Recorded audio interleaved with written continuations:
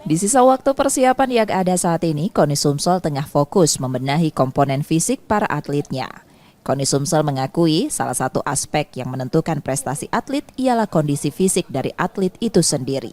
Untuk itu, di sisa waktu 6 bulan ke depan, KONI Sumsel meminta para pelatih mampu membuat program khusus untuk meningkatkan kondisi fisik para atlet cabur masing-masing. KONI Sumsel sendiri mengakui dari hasil tes kemarin, kondisi fisik para atletnya masih fluktuatif. Ada beberapa cabur yang hasil tes fisiknya cukup baik, namun ada juga beberapa cabur yang hasil tes fisiknya dinilai kurang. Ada beberapa cabur yang memang perlu kita tingkatkan. Ada beberapa cabur yang sudah sesuai dengan tracknya. Karena memang ini kan masih ada waktu 6 bulan lagi. 6 bulan, sehingga nanti sebelum menjelang September itu ada 6 bulan lagi untuk PON.